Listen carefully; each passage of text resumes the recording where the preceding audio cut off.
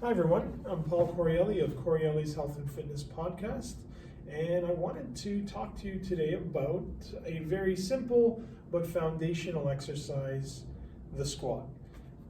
More specifically, the goblet squat.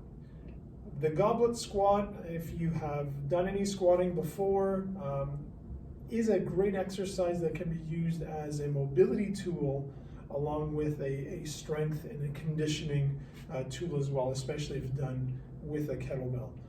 If you have looked into the works of Dan John, who is the creator of the Goblet Squat, its benefits are well known and well versed, and I'm just going to review a couple of those today. One issue that has to be taken into account when we squat, we want to squat in between our legs, not on top of our legs. So stance, finding your proper stance is going to be one of the first goals that you need to find. Traditionally, we talk about having this kind of shoulder width stance, maybe a little bit wider than shoulder width. In terms of the foot positioning, whether your toes are pointed outward or straight, I don't think matters. You do what's comfortable for yourself.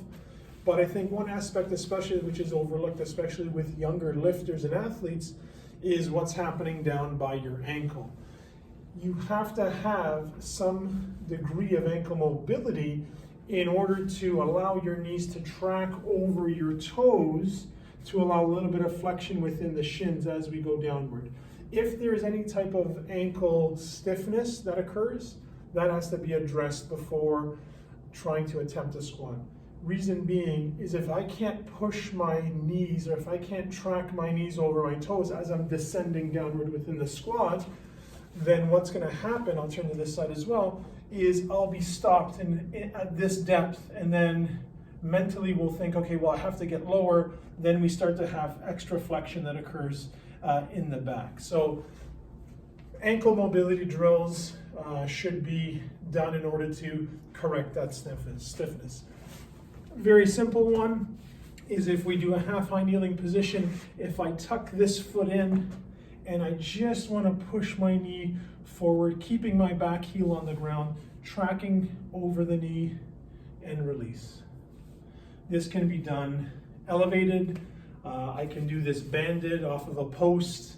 There's so many different variations. I can do it off of a stair, but this will start to work on that ankle mobility, reducing the stiffness in the ankle in order for you to be able to track over the toes.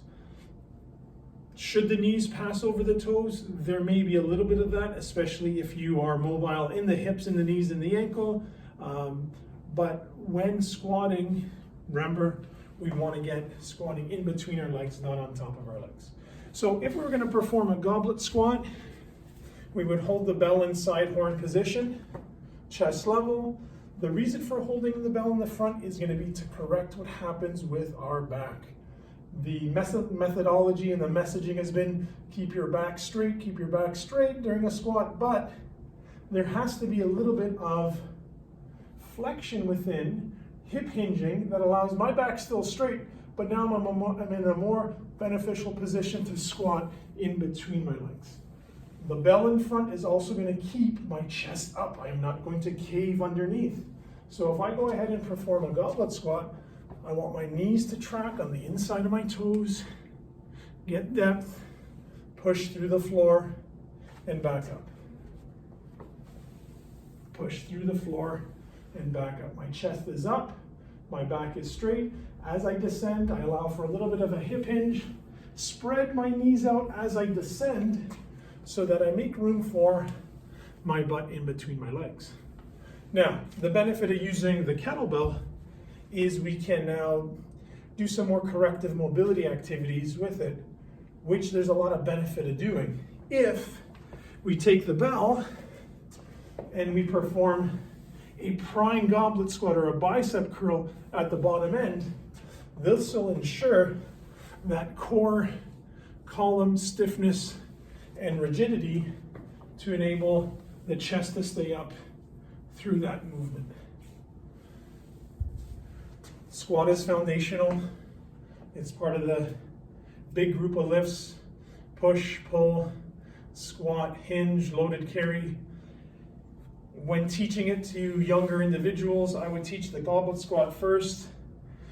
then maybe depending on shoulder mobility, go to an overhead squat, or maybe then in a front squat position. But it's something that shouldn't be overlooked. Thank you for watching. If you have any questions, comments, you can email me at coachcorielli@gmail.com. Thank you very much.